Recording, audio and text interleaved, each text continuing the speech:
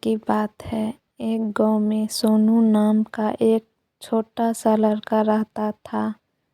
اسے گھومنے پھرنے کا اور نئی چیزیں جاننے کا بڑا شوق تھا۔ ایک دن جب وہ جنگل میں گھوم رہا تھا تو اسے ایک سنترے کا جادوئی پیر دکھائی دیتا ہے۔ وہ پیر باقی پیروں سے بالکل الگ دکھ رہا تھا۔ جب سونو ایک سنترے کو چکھتا ہے تو اسے اپنے اندر بھرپور ارجا محسوس ہوتی ہے اور اس کا دماغ پہلے سے تیز ہو جاتا ہے۔ سونو اس جادوئی سنترے کا استعمال اپنے خود کے فائدے کے لیے کرنے لگا۔ اسے ہر چیز پہلے ہی پتہ چل جاتا اور ہر کٹھن سے کٹھن پرشنوں کو حل کر لیتا تھا۔ دور دور سے لوگ اس کی اس پرتبھا کو دیکھنے آتے تھے۔ جیسے جیسے سمے بیتتا گیا، سونو کی شکتیاں کم ہوتی گئیں۔ پیر پر سنتروں کی چمک بھی کم ہو رہی تھی اور دھیرے دھیرے ان کی بھی شکتیاں ختم ہونے لگی تھیں۔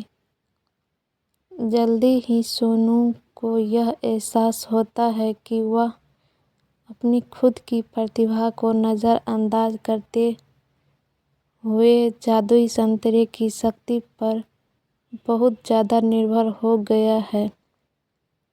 سونو کو اپنی غلطیوں کا احساس ہوتا ہے اور وہ جادوئی سنترے کے پیر کے پاس واپس جاتا ہے۔ وہ اپنے لالچی سوبھاؤ کے لیے معافی مانگتا ہے اور وعدہ کرتا ہے کہ اپنی قابلیت کا اپیوگ وہ اچھے کاموں کے لیے کرے گا۔ پھر اچانک سے پیر کے بچے ہوئے سنتروں میں واپس چمک آ جاتی ہے۔ اس دن کے بعد سے سونو یہ سمجھ گیا کہ اصلی شکتی ہمارے اندر ہی ہوتی ہے اور ہم اپنی خود کی کوشل اور پرتبھا کا استعمال کر کے ہی دنیا میں بدلاؤ اور خوشی لا سکتے ہیں۔